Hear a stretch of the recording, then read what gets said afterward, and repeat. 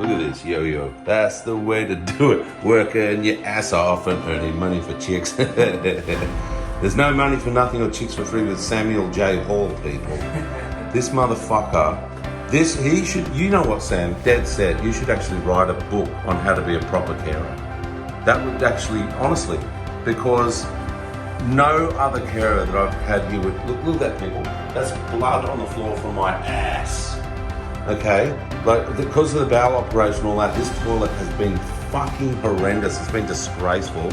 But look at this man, he puts on the gloves and he fucking helps me. He actually, because I couldn't do it myself right now because, look at that, he's even in the front where piss dribbles and everything. Everyone else would fucking gloves have and shortcut it. But like I've got, hang on, let's see if I can turn this around for you. I can't, because I've got a sore gut. I can't actually do anything. But, fuck, this is gonna work. There we go. And yeah, Sam, sorry I hope this isn't a bit embarrassing for you, but this is how hard working Sam is. It's only 8 in the morning. He made that tuna sandwich that I ate before, right? Now he's in here doing this shit. Do you know what I mean? Like these other fucking bludgers. People have come here. Like one day I had a carer here, Jason, he's a real fuckstick. And all this room, I vacuumed this room and I literally filled up the half the vacuum cleaner tub just vacuuming under the bed, and I'd been wondering why I had blocked noses and coughing and all that. And Jason came the next day and I said to him, Jason, I want to go in there and do all the skirting boards with the damn cloth and that, can you help me? He just went, yeah, nah, I won't be doing that. You'll just do that on your own, pal. You know what I mean? Like, so I did and everything, but like there's nothing, Sam, if I was mentioning that there's dust on the skirting boards, what happens is I'll have a nap in the chair or something, wake up, and then Sam will come and go, oh, I did that dust at the skirting boards. You know what I mean? It's just like, yeah, you're a fucking legend, dude. And if every other carer in Australia actually understood what you do over 8 hours each day at this place, and really, I'll be honest with you, these other bludgers, like the people, like I've had professional cleaners here and they shortcut and everything, and I'm not kidding people, the professional cleaners come in, use a brush and have gloves on and do the inside of your toilet, then walk straight out, use the same brush and same gloves to do your dishes in the kitchen. They're fucking animals. I mean, how the fuck are you supposed to not get sick from that? You know, so they shortcut, they bludge, and then you go, hey, you're still wearing those same yellow gloves, and that's that same brush you just did the toilet with. They go, oh no, I've got sparies in my cleaning thing, and they don't, and they'll do it in front of you. They'll just walk straight out and do it, then lie that they didn't do it, and you watch them do it. Yeah, but so Sam shouldn't necessarily be doing this. Like, I mean, it is sort of, it's a carer thing, but what I'm trying to say to you is that what do they call it? The NDIS they're not supporting Sam. There should be a cleaner coming through and doing my bathroom a couple of times a week, and that leaves Sam and I to go do the other stuff. Like he helped me set up my TV yesterday. He's helping me cull my toys and do my collections and stick things on the wall and all that. So a cleaner should come here, and at some point I actually kept trying to get people to come through and do the food as well. And that frees me and Sam to go and do outings and all that stuff, right? But firstly, no worker will come here and do any actual work. But secondly, NDIS won't give me money for these things. So even the last time my lawn got mowed, Sam did it because Dad was in the hospital. Like, fucking hell, man. So like this guy has to work his ass off beyond it all because he's been completely unsupported in his efforts by the NDIS or any other support workers in his efforts to care for me. Would you call that fair assessment, Sam? Regrettably, yes. Yeah, they're fuckers, man.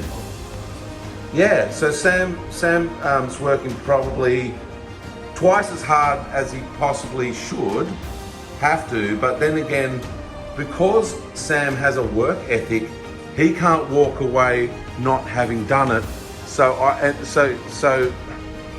yeah, it's a fair day's pay for a fair day's work still in a sense, but he still should have more support and he shouldn't be shouldering all of it. It's not right. But I told Mum, we've got to go and speak, Sam, to this fucking boss of... I want to meet again with the NDIS, and I want to meet again with the steps person that's supposed to be managing all this. I've got another worker, it's not even Ange anymore, and this is the first Sam's even heard of that. These people are supposed to be ringing Sam and asking him what he needs every Friday and everything, but he doesn't hear from them ever. He doesn't even know that there's been a staff change. And then when they do a staff change, they can't do anything for a month because they've got to retrain the staff. Well, I've had something like 20 new workers this year through steps. Would it be 20? Could 10, let's say 10, sorry. Bit of an exaggeration. So constantly, I can't get any work out of steps because they're retraining the new motherfucker all the time. Sure. So this NDIS, like the only good thing that's come to is Sam, right? Because they actually allocated the funds for me to get Sam. But then the only reason that that's a good thing is because Sam gives a shit. Yeah. All these other carers that they've paid for, I've ended up having to fire them, like, because they don't turn up because they get a better job that day somewhere else or whatever. But when they're here, they'd come, I'd show them the messy toilet, say, look, my stomach hurts, I can't mop it. And they'd say, oh, well, your dad will come over later or something like that. They actually just tell me to fuck off. Whereas Sam volunteered to do this. I didn't ask him. He said, your toilet's a fuckery, Rich. I'm going to go. He didn't say that. I'm paraphrasing with my words. Your toilet's a fuckery. I'm going to go fuck and fix it right now.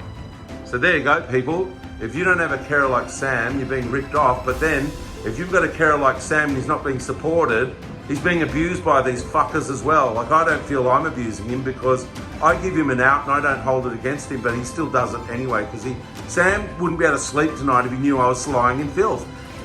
Yet the other day, I shit my bed because of the surgery. I came in, new sheets, and then also there's an under mattress here thing, I'll show you. There's a white thing that goes over my mattress, a mattress cover. That had a stain of shit on it. Now, that's washed and it's back on the bed. And how did that happen? It wasn't fucking magic, Sam did it. Okay, without me even knowing. He said, I've just done your mattress cover, it's been washed and I put it back on. And then I walked in and realised that he had put the clean black sheet on because I had one of these coloured sheets on there as well. And so, you know, it's really unbelievable to have you, Sammy. Thanks, man. I appreciate it. I just wish it's such a shame the way the system works. But, you know, like I said to you, all I can do is get on and do what I can within my sort of scope. So we just try to have fun and keep things in tip-top shape. Because it's both ends, Sam. You got the lazy NDIS fuckers, you got the lazy steps fuckers, but it's any other workers that you get out here are lazy. Like, what about that cleaner bitch that Dad went absolutely insane? I actually had to fire her because she was doing 4 hours twice a week, but she was fucking off 2 hours early every time. But the last time that she came here, and this is what, like, Dad was actually willing to accept that, hey, he said, look, she does such a good job of the house, who gives a fuck that she fucks off 2 hours early, put up with it. But we came out and he used to take me for a drive for 4 hours so that she could do the house. She left after 15 minutes. She got here at 9, she was gone by 9:15. And how we knew, this was when we went off to do our drive, she sent us a text saying, hey guys, I'm gonna have to leave half an hour early today, sorry about that, I've got shit to do. And then Dad and I both looked at each other and we'd just driven out for like, it was like, well, we got back at 9:15, so we'd driven away for 7 minutes or 7.5 minutes. I looked at Dad on Old Gippy Road and Dad looked at me and we both at the same time said, that bitch has already left, let's go back and prove it. And we came back and we got back here at 9:15 and she was already fucking gone. You know? I mean, these people are fucking pricks. So that's why you're getting squeezed, because you're actually got a work ethic and care about you got honour in you know, how to explain, you have honour in yourself or whatever it is. You can't shortcut all day, and they spend more energy shortcutting than they did if they just did the job properly. That's what amazes you. They spend all day working out, conniving and how to be a fuckwit. There's more energy done on that than if they just did the job. But if we had a cleaner as well, a gardener that would turn up, that's 2 jobs you wouldn't have to fucking do. And when I had the woman here that was setting up the sandwiches and all that, if they would actually have just done it, which they didn't, you wouldn't have to be fucking doing all the kitchen shit as well. Because remember, you're doing my laundry too. And I even tried to get somebody to come in and just simply do the laundry or get the cleaner to do the laundry and cleaning, but they just fucking won't do it. So Sam's doing all of it and he's unsupported by these fucking fuckers. Anyway, so I won't hold you up, man. I just wanted to get the point across that, yeah,